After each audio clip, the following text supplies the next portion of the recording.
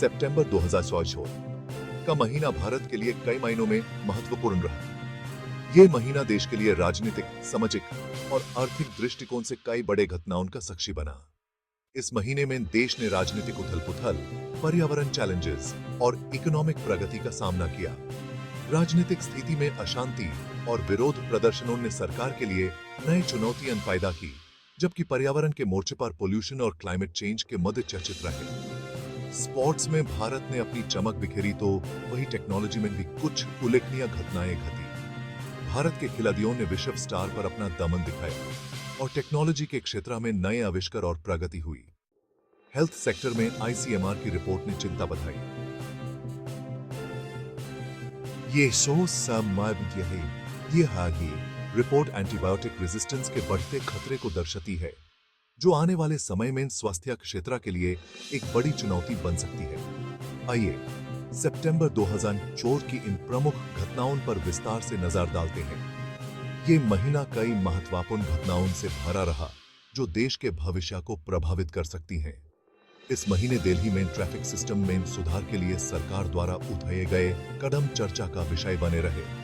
Traffic के बेहतर प्रबंधन के लिए नए नियम और टेक्नोलॉजी का प्रयोग किया गया, जिससे लोगों को कुछ राहत मिली। वहीं पश्चिम बंगाल में विरोध प्रदर्शनों ने सरकार के लिए मुश्किलें खड़ी कर दी। ये प्रदर्शन विभिन्न मुद्दों पर थे, जिनमें से कुछ राजनीतिक और कुछ सामाजिक थे, जो सरकार के लिए एक बड़ी चुनौती बन गए। पर्यावरण के मोर्चे पर दिल्ली NCR में एक बार फिर प्रदूषण का कहर देखने को मिला। प्रदूषण के कारण लोगों को स्वास्थ्य समस्याओं का सामना करना पड़ा और सरकार को इस समस्या से निपटने के लिए नए कदम उठाने पड़े। इकोनॉमिक फ्रंट पर भारत ने सेमीकंडक्टर सेक्टर में अपनी महत्वाकांक्षाओं का प्रदर्शन किया। सेमीकंडक्टर मैन्युफैक्चरिंग में नए इन्वेस्टमेंट्स और सरकारी योजनाओं ने इस क्षेत्र में नए अवसर पैदा किए। एशिया कप में इंडियन टीम के प्रदर्शन ने पूरे देश का दिल जीत लिया। खिलाड़ियों ने अपनी मेहनत और लगन से देश का नाम रोशन किया और ये जीत हर भारतीय के लिए गर्व का क्षण बना। ओला इलेक्ट्रिक शोरूम में लगी आग ने इलेक्ट्रिक व्हीकल्स की सुरक्षा पर सवाल खड़े कर दिए। यह घटना इलेक्ट्रिक व्हीकल इंडस्ट्री के लिए एक वेकअप कॉल बनी और सुरक्षा के मामले में नए स्टैंडर्ड्स की जरूरत को दर्शाया। वही मिशन मौसम ने मौसम विज्ञान के क्षेत्र में भारत की प्रगति को दर्शाया। इस मिशन के तहत नए रिसर्च और टेक्नोलॉजी का प्रयोग किया गया, जिससे मौसम के बदलाव को बेहतर समझा जा सके। स्वास्थ्य क्षेत्र में ICMR की रिपोर्ट ने एंटीबायोटिक रेजिस्टेंस के बढ़ते खतरे की और इशारा किया। ये रिपोर्ट इस बात को दर्शाती है कि अगर इस समस्या पर अभी ध्यान नहीं दिया गया, तो आने वाले समय में ये एक बड़ी समस्या बन सकती है। अंत में सितंबर के आखिर में मॉनसून की वापसी ने देश भर में गर्मी से राहत दिलाई। मॉनसून के आने से न सिर्फ मौसम सुहाना हो गया, बल्कि खेती के लिए भी यह एक अच्छी खबर बनी। लोगों ने बारिश का आनंद लिया और प्रकृति ने अपनी हरियाली बिखेरी। दिल्ली में बढ़ते ट्रैफिक जाम से निपटने के लिए सरकार ने सितंबर 2004 में कई नए नियम लागू किए। ये नियम इसलिए बनाए गए क्योंकि शहर में ट्रैफिक की समस्या दिन प्रतिदिन बढ़ रही थी और लोगों को अपने मंजिल तक पहुंचने में कई घंटे लग जाते थे। सरकार ने इस बात को समझा और कुछ कदम उठाए। इनमें ऑड इवन नियम की वापसी और भीड़-भाड़ वाले इलाकों में गड्डियों के प्रवेश पर रोक शामिल थी। ऑड इवन नियम के तहत एक दिन ऑड नंबर वाली गड्डियां और दूसरे दिन इवन नंबर वाली गड्डियां चल सकती थी। यह नियम पहले भी लागू किया गया था और इस बार भी इससे लोगों ने मिलजुल कर अपनाया। इन नियमों का आम जनता पर मिला-जुला असर देखने को मिला। कुछ लोगों ने कहा कि इससे उन्हें अपने सफर में आसानी हुई, जबकि कुछ लोगों ने इसे अपने डेली रूटीन में बाधा बताया। लेकिन यह नियम ट्रैफिक को कम करने में कुछ हद तक सफल रहा। जहां कुछ लोगों ने इनका स्वागत किया, वहीं कुछ ने इन्हें अव्यावहारिक बताया। सपोर्टर्स का कहना था कि यह नियम शहर को पोल्यूशन से बचाने में मददगार हैं, जबकि विरोध करने वालों का कहना था कि यह उनके लिए असुविधाजनक है। पश्चिम बंगाल में सरकार द्वारा शिक्षा के क्षेत्र में किए गए बदलावों के खिलाफ जबरदस्त विरोध प्रदर्शन हुए। ये प्रदर्शन इसलिए हुए क्योंकि लोगों को लगा कि नए नियम उनके बच्चों के भविष्य पर बुरा असर डालेंगे। छात्रों और अभिभावकों ने सड़कों पर उतरकर सरकार के खिलाफ नारेबाजी की। उनका कहना था कि नए नियम उनके बच्चों के पढ़ाई के मापदंड को गिराएंगे और उन्हें अच्छी शिक्षा नहीं मिल पाएगी। विपक्षी दलों ने भी प्रदर्शनकारियों का समर्थन किया। उन्होंने कहा कि सरकार को बिना लोगों से पूछे ऐसे कदम नहीं उठाना चाहिए। उन्होंने सरकार पर तानाशाही का आरोप लगाया और कहा कि यह नियम लोकतंत्र के खिलाफ है। सरकार ने प्रदर्शनकारियों से शांति बनाए रखने की अपील की और बातचीत के जरिए मसले को सुलझाने की बात कही। सरकार का कहना था कि यह नियम शिक्षा व्यवस्था को बेहतर बनाने के लिए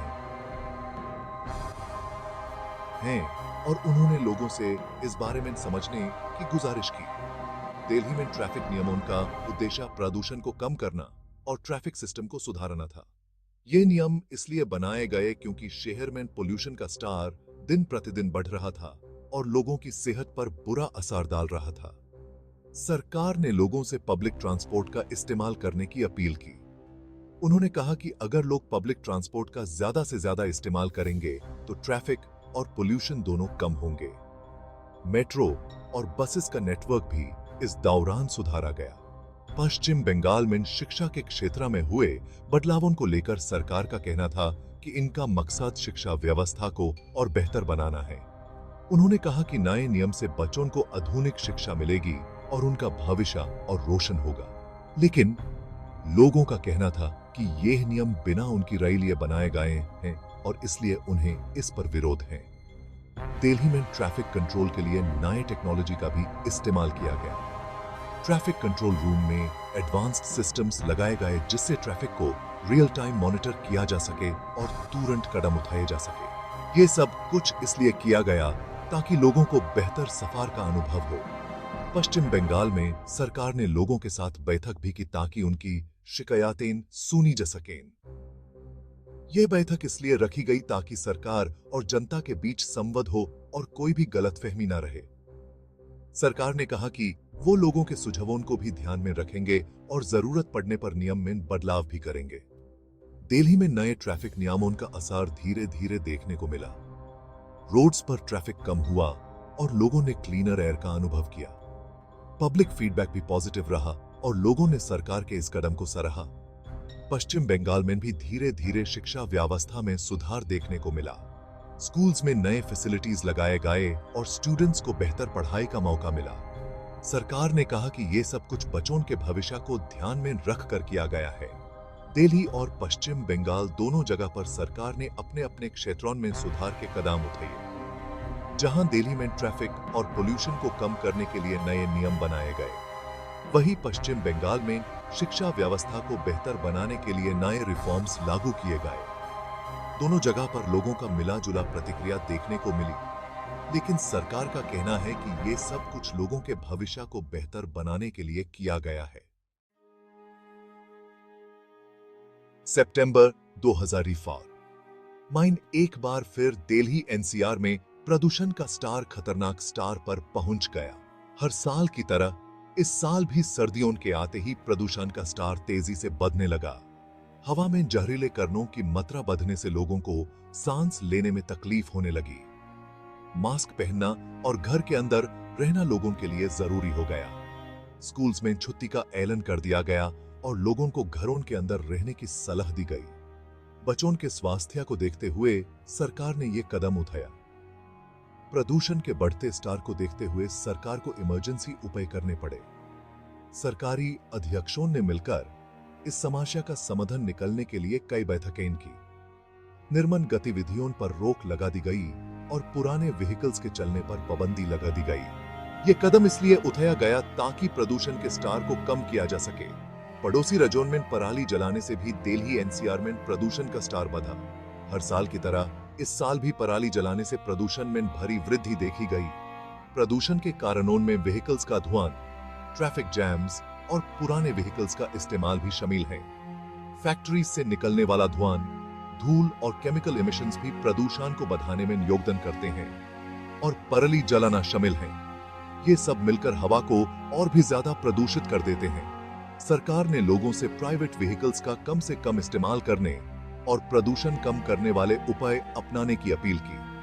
पब्लिक ट्रांसपोर्ट का इस्तेमाल बढ़ाने के लिए कई प्रचार और कैंपेन्स चलाए गए। लोगों को साइकिल चलाने, पैदल चलने और कारपूलिंग करने के लिए प्रेरित किया गया। ये सभी उपाय प्रदूषण को कम करने में मददगार साबित हो सकते हैं। हवा के गुणवत्ता को मॉनिटर करने के लिए कई मॉनिटरिंग स्टेशंस लगाए गए हैं। इन स्टेशन से प्रदूषण के स्टार का पता लगाया जा सकता है और उसके अनुसार कदम उठाए जा सकते हैं। सरकार ने हरियाली बढ़ाने के लिए भी कई इनिशिएटिव्स शुरू किए हैं। पेड़ लगाने और ग्रीन स्पेसेस को बढ़ाने से प्रदूषण को कम किया जा सकता है।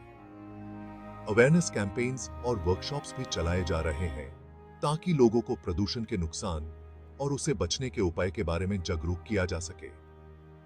लोग अपने घरों में एयर प्यूरिफायर्स का इस्तेमाल कर रहे हैं और मास्क पहन रहे हैं ताकि प्रदूषण के प्रभाव से बच सकें। सरकारी अधिकारी लगातार प्रदूषण नियंत्रण के उपायों का निरीक्षण कर रहे हैं और उन्हें सुधारने के लिए प्रयासरत हैं। ये सभी प्रयासों का नतीजा ये है कि धीरे धीरे प्रदूषण का स्टार कम हो रहा है और लोगों को साफ हवा मिल रही है। लोग फिर से बाहर निकालकर अपनी जिंदगी का आनंद ले रहे हैं और बच्चे खुले में खेल रहे हैं। ये सभी कदम प्रदूषण को कम करने में मददगार साबित हो रहे हैं। भारत ने सितंबर 2024 में सेमीकंडक्टर चिप निर्माण के क्षेत्र में अपनी महत्वाकांक्षाओं का स्पष्ट संकेत दिया। सरकार ने इस क्षेत्र में इन्वेस्टमेंट को आकर्षित करने के लिए कई नीतिगत घोषणाएं की। सेमीकंडक्टर चिप्स का इस्तेमाल इलेक्ट्रॉनिक डिवाइसेस में होता है और भारत इस क्षेत्र में आत्मनिर्भरता हासिल करना चाहता है। ये कदम टेक्नोलॉजी के क्षेत्र में भारत की स्थिति को मजबूत करने की दिशा में एक महत्वपूर्ण प्रयास है। सरकार ने उद्योग जगत के साथ मिलकर एक रोड मैप तैयार किया है जिससे सेमीकंडक्टर उत्पादन को बढ़ावा मिल सके। इस पहल से न केवल देश की तकनीकी क्षमता में वृद्धि होगी बल्कि रोजगार के नए अवसर भी पैदा होंगे। अगर आपको ये वीडियो पसंद आई हो तो लाइक और सब्सक्राइब करना न भूलें। मिलते हैं अगले वीडियो में, तब तक के लिए अलविदा।